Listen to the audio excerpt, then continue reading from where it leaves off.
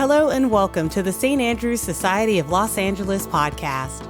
Each episode will bring you the latest news from the St. Andrews Society of Los Angeles, as well as fascinating interviews with entertainment personalities, government leaders, and community advocates.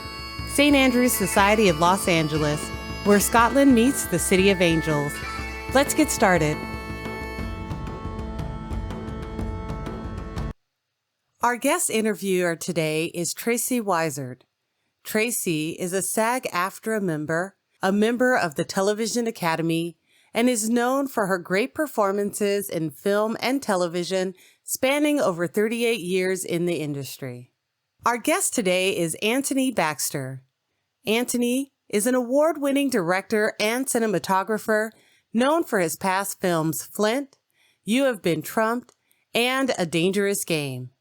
His latest film, Eye of the Storm, takes us into the fascinating art world of Scotland's most famous landscape artist, James Morrison, whose paintings are owned by the royal family, J.K. Rowlings, and Billy Connolly, to name a few. In this interview, Baxter touches upon the challenges in making this film, as well as his work as a BAFTA-winning filmmaker. Please welcome St. Andrews Society member Tracy Wizard and director, cinematographer Anthony Baxter. Mr. Baxter, you are an award-winning director and cinematographer. And I was just wondering, who inspired you to get into filmmaking, or what encouraged you? Well, I started in journalism in radio in London, and then I moved into television and filmmaking through working at a news organization that allowed you to go out and make pieces with a camera pretty much on your own. And I started doing some films for Channel 4 News many years ago. And then from that started to work for a number of non-profit organizations around the world, in Afghanistan, Pakistan, making films in those countries, predominantly for an organization called the Aga Khan Development Network.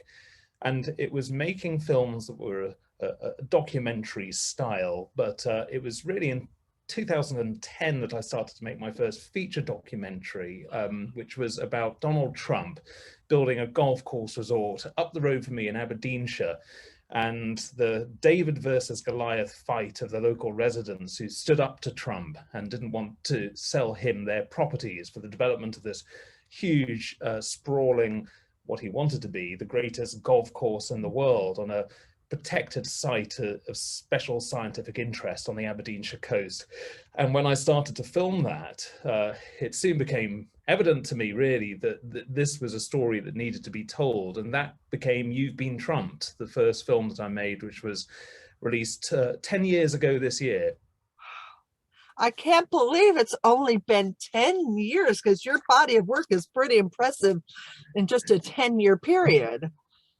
Oh, well, wow. Thank you for saying that. I mean, I think the thing is that with filmmaking and documentaries, they take often a long time. I mean, I'm currently at a documentary film festival in Copenhagen, and speaking to some of the filmmakers here, one in particular from Scotland took 11 years to make her film, her debut feature documentary. And so although some people are able to turn out more films in a period of 10 years, some of the films I've made have taken a long time. For example, Flint, the film I've made about the water disaster in Michigan, has taken 5 years to complete, but then COVID came along, we couldn't release it.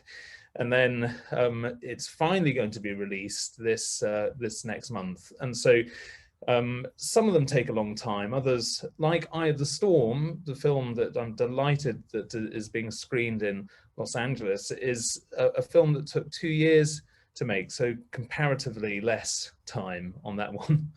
Well, Eye of the Storm, I just fell in love with it. And it's very much a love letter to James Morrison and his body of work. And I mean, it's just the difference in what you choose to film is pretty astounding. And I just love the film. And I can imagine that over a 2-year period of shadowing or whatever, or following a painter around, that you must have really grown fond of him. He seemed like such a lovely person, and his talent. Oh, the Yes, paintings, I mean, I never knew about him until your film, and oh, I became such a fan. well, you're right, Tracy. A lot of people wouldn't have heard of James Morrison at all, and even in Scotland too, in the town where I'm living in Montrose on the east coast. James was a very well-known landscape painter. He was a heavyweight in the town, really, a bit of a celebrity. He produced a phenomenal amount of work over his career. And I got to know him through a relative of mine, my uncle, Dennis Rice, who appears in the film. Oh, And he introduced me to James, and James had seen, in fact, You've Been Trumped, and had written to me after that, seeing the film, saying how appalled he was by the destruction of the landscape on the Aberdeenshire coast by Donald Trump. And it was that that led to me first meeting him, that introduction from Dennis after James wrote me that letter.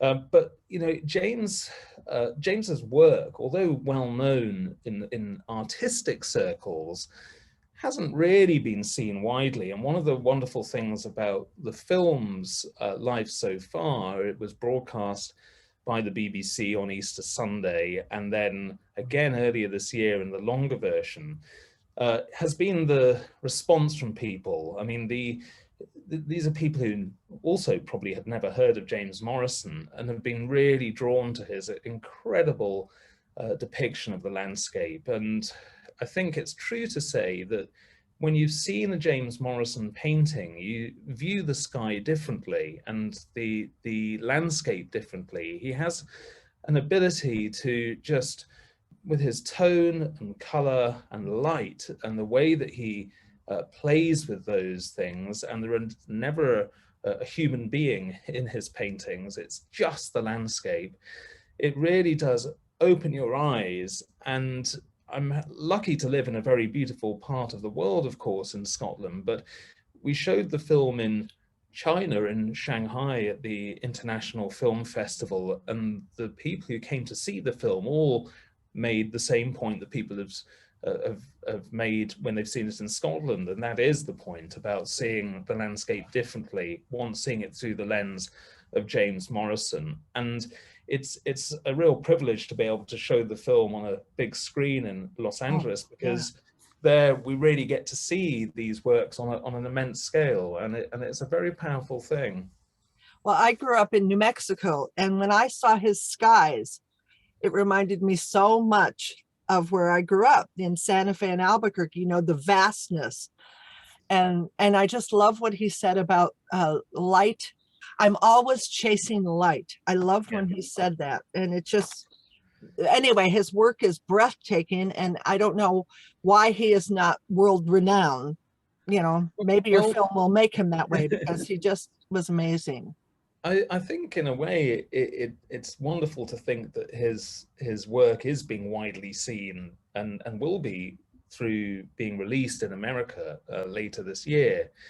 And I think it's partly because, as you say, he chased light, but he also as well painted outside. It's quite often the case, isn't it, that the artists will work from, say, photographs, or that's certainly the impression that a lot of people have when they see a beautiful landscape painting. They think it's maybe been done from a photo. James never worked from photographs. He was always out in the open, and anybody who's been to Scotland knows that our weather conditions can be challenging, to say the least. I mean, my mother used to say to me whenever we went to Scotland as children, she was from Montrose, bring something warm and something waterproof when you go to Scotland, because you never know how the weather is going to deteriorate. And so James painting out on these in the countryside with these massive boards, and then in the Arctic as well, where he made several trips, working in sub-zero temperatures out in the open. He has an extraordinary ability to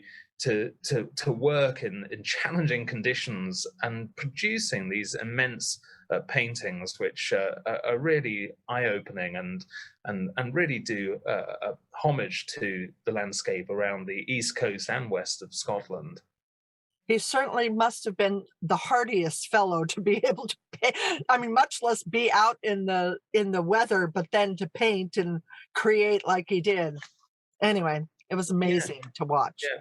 And as you say, he was, Tracy, a very lovely man. I mean, he is somebody as well. A lot of artists, I think, or musicians, and obviously in Hollywood, you know all about this. You know, people you might expect to have a bit of an ego, and he just didn't have an ego at all. And it was one of the most charming things about James, that when I first met him, it's not about the fact that he's an artist and well known, and he didn't like actually openings and gallery openings and being the center of attention. He was very much somebody who liked to just do his job and do it as well as he could. Well, it was just a beautiful film, and I'm very excited, like you said, on a big screen, because I watched it on a pretty big monitor, but it's not the same as the vastness of his skies. It would just be so impressive to see on the big screen again. That's right. I think, we've been doing some screenings around the country, and obviously COVID meant that the film was released initially in festivals online, but then we've been able to show it in cinemas, and it does have a power of its own, and so it's very exciting to think that we'll be able to do that at that incredible cinema in LA, and for people to enjoy it there as well, and the sound as well, I think really helps to complement those wonderful paintings. The music of Kareem Polwart, who is a wonderful singer-songwriter, and the other music in the film as well, I think hopefully just it complements James's wonderful work. And also, I want to bring up your aerial shots. Oh my gosh. I mean, who doesn't always want to go to Scotland after seeing those aerial shots? It was like a tourism film too. I mean, without being like commercialized, you know what I mean? It was just beautiful. So beautiful. Well, I think the thing is that those aerial shots, we live in a time now where obviously with drone technology, it's a lot easier and a lot cheaper to get aerial photography, and you don't have to go far on the east coast of Scotland to capture that light and that immense landscape that James depicted so beautifully in his paintings. And so yes, I'm lucky to live in such a wonderful part of the world, and even just going out during the end of the lockdown, the first lockdown, was when I was finishing the film, and so stuck in a room in my house editing it, but being able to go out and take some additional photography using technology to allow me to do that on my own or with one other person was really helpful. Well, and my father was born in Inverness, Scotland, and I've yet to get to go to Scotland. So your film just really wet my whistle even more. Well, I'm pleased to hear that. I'm pleased to hear it. And hopefully, if it has that effect on other people too, then wonderful. And I think, we'd love having people from all over the world in Scotland. It's a dramatic place, because on the East Coast where I am, which is the place that James lived and predominantly painted, it's very much a contrast to the West with its rugged mountains and breathtaking scenery in a different way. But and in between we have gentle hills around Angus and the Glens that also James painted in too. So there's a real diversity of landscape, and also the other nice thing about it, if you want to escape people, is you can do that pretty easily as well, because it's not a densely populated place. Well, and I'm speaking to you from urban Los Angeles, so I certainly understand that. Well, so what's on the horizon for you now as a director? Are you on to your next project already, or? Yes, well, one of the films that I'm focusing on at the moment is I want to make a film on an artist who features in Eye of the Storm, and that's Joan Erdley. She was an incredible painter who sadly died at the age of 42 from breast cancer. And it's the centenary year of her birth this year, so she would have been 100 had she still been alive. And she painted incredible works that were in Glasgow, there were the children she painted, this family called the Sampsons, which you see briefly in this film. And then also in Cataline, the village where James Morrison also lived, she painted these wonderful landscape paintings, which are really extraordinary and very influential on painters, not only in Scotland, but across Britain and probably wider than that. And the Sampson family that Joan painted, they were 6 girls, 6 boys, and living in real poverty in Townhead in Glasgow, where Joan's studio was. And what I've been doing is filming with the Sampson sisters, 2 of them, in their later lives. So they're now pensioners, and they're now on the other side of the canvas. So we see them as children, obviously, in the canvases, but now they're talking about the impact as well of that period on them. And I want to tell Joan's story through some drama as well. So it'll be a documentary drama. And at the moment it has the working title of Joan of Art. And we really hope to be able to make that film. And I certainly feel committed to it. And then I'm also working on a project in the Pacific about disappearing islands, and another artist in Tonga, which was recently hit by a devastating tsunami, who's working with a Parisian architect on a plan to try and raise parts of Tonga above sea level to save it from rising sea levels. And so many of the Pacific islands face this terrible dilemma with global warming bringing sea levels up. What do you do? Do you vacate the islands and leave them if and when the water creeps up, or do you try and stay in these islands and use architecture and science to allow you to do that? So that's another of the projects I'm currently engaged on, and really excited to be working on that as well. Well, your research is astounding. I mean, when I read a lot about Flint, and I thought, 5 years, I can't imagine doing one thing for 5 years. And so just between all your research, it's astounding what the breadth you have of your interests, as a filmmaker.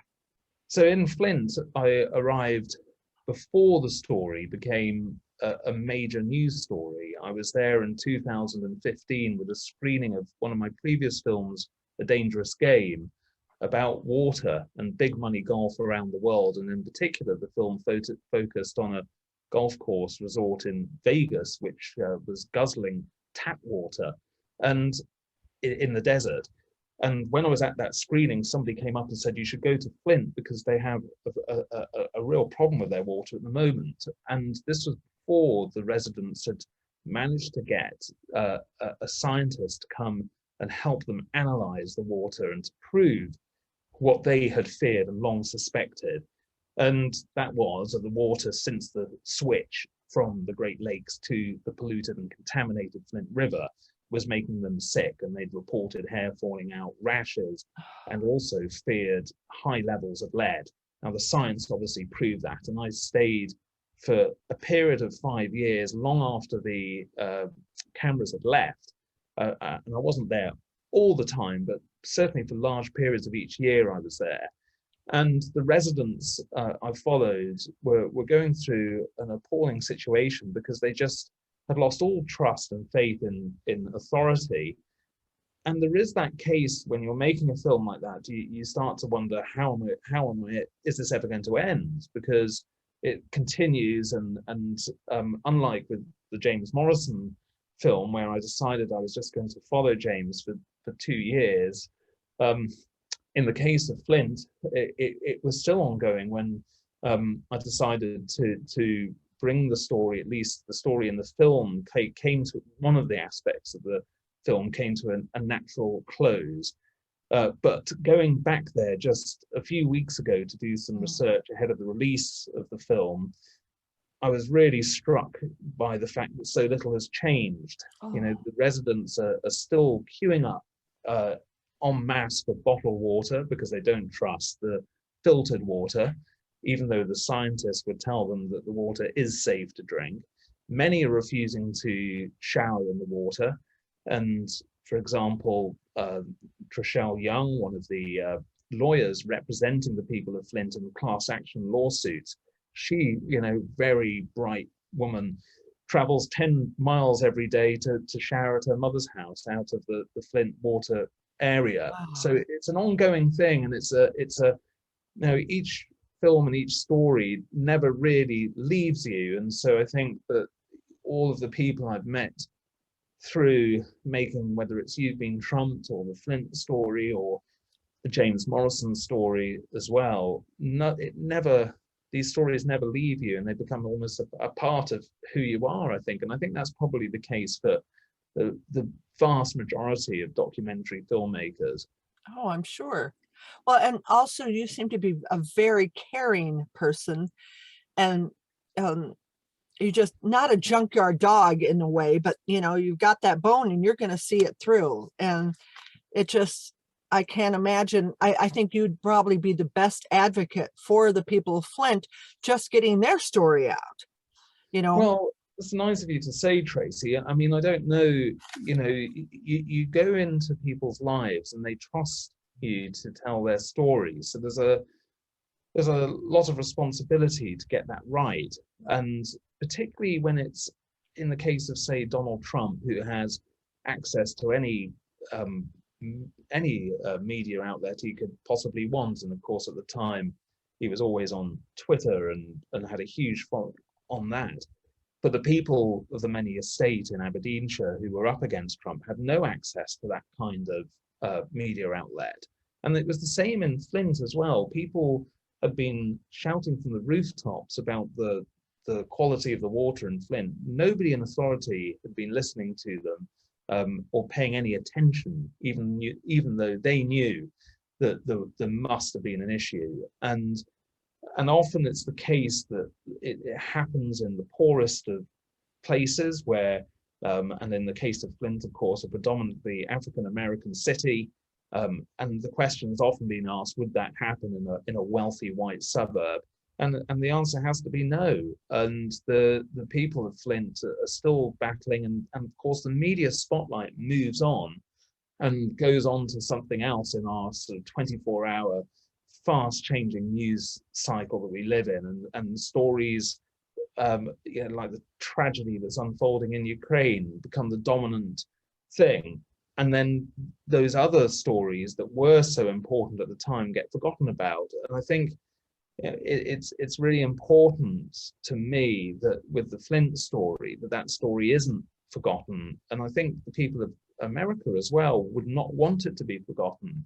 It's really important that those people who went through that didn't just suffer in that way for nothing, and that they have some recompense for all that they went through as well, because not one of them has received a single cent to date. Mm.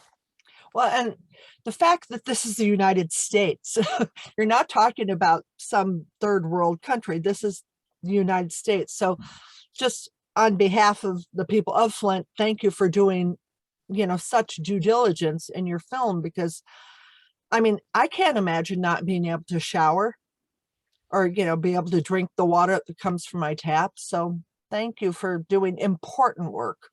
Well, Tracy, it's kind of you to say. I mean, I think we all take these things for granted, don't we? When we turn on the tap and expect to have clean water, and when the people of Flint, lost that ability to have that, and their trust was shattered, and no amount of replacing a limited number of pipes in the city or assurances from people who essentially lied to them the first time round is going to change things, sadly. And it's going to take a long, long time and much more, I think, to help to repair all the damage that's been done there. But after doing those those kind of stories, like be it Donald Trump and the David versus Goliath story in Scotland that went on for so long, or the Flint story, there was something really refreshing in a way for me to be able to focus on something as beautiful as the landscape in the Eye of the Storm film, because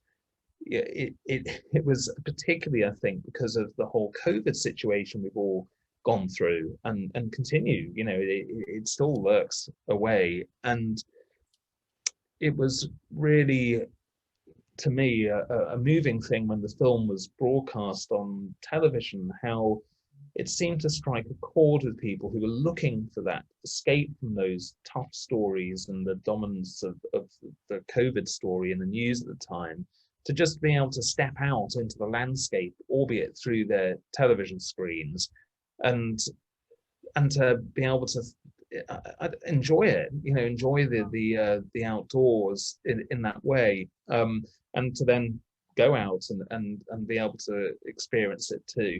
And I remember when the Scottish Gallery in Edinburgh got in contact with me after the film had been broadcast, saying that their website had crashed from people calling in and trying to find out more Wonderful. about it.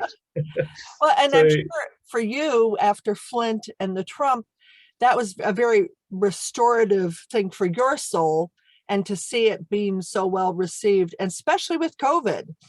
Eye of the Storm is very healing, in my opinion. So I can imagine on a broad scope, it was just really, well received, and I think everybody should see it. So it just was beautiful. So what is your dream project? You have one that you're just really inclined to do, or a bucket list thing that, because it sounds like you're just a font. Your brain is going and your heart's, and I mean, it sounds like you've got a lot of things in the works. Is there anything, maybe someday? well, there's I'm always interested in doing fresh documentary projects, and I mentioned the Joan Erdley film that I would love to be able to make with drama as well. And there's also a very talented Scottish writer, Cal Flynn, who has written a book which has been very well received in the US as well as in Britain, called Islands of Abandonment. And Cal's thesis really in the book is that abandoned places and industrial sites, we've seen obviously before the Ukraine war, but the Chernobyl site, the former nuclear plant in Ukraine, when it was deserted after the terrible accident, how nature reclaimed it. And she has done this incredible tour of places around the world, be it in Tanzania, Scotland, or Detroit, where nature has reclaimed these former industrial sites in a really incredible way. And we often have this this feeling that when a site has been abandoned, that we should build on it and redevelop it. But Cal's argument is that no, let nature take it back. And she has done this amazing book. And I would like to make a film with Cal exploring that, because and to film it with really high-end cameras and Dolby Atmos sound to really bring the viewer in the cinema into that experience of seeing nature taking these places back. Because I think we also need, in the climate story and the global warming story, which can be really quite depressing sometimes, to feel that there's no hope. And these kind of stories that Cal tells in her book, which I think is a brilliant book, really shows that there is hope, and that if we allow nature to claw back what we've, in a sense, messed up, we can find ourselves in a much better situation. And the rare plants and the wildlife that come back to these places would all be part of that film. Wow. Well, I look forward to almost anything you do, because it's going to be of quality, and your research is definitely being done. Anything else you'd like everybody to know? No, that's fine. Thanks, Tracy. I'm delighted to be able to come out to show the film, and I'm really thrilled that the St. Andrew's Society of Los Angeles is putting on the film, and we're able to show it to people in this way. So thank you for your support and for organizing this screening. Oh, well, thank you. It's my pleasure. Thank All you right, so much, thanks, sir. Tracy. Have a Thank great day. you too. Cheers. Bye-bye. Thank you. Bye-bye. Bye-bye.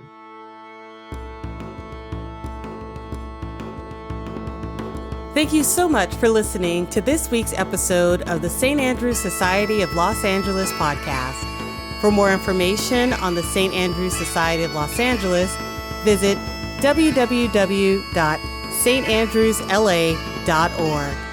And don't forget to like our Facebook page, Instagram, and YouTube channels as well. Have a great week, and we'll see you next episode.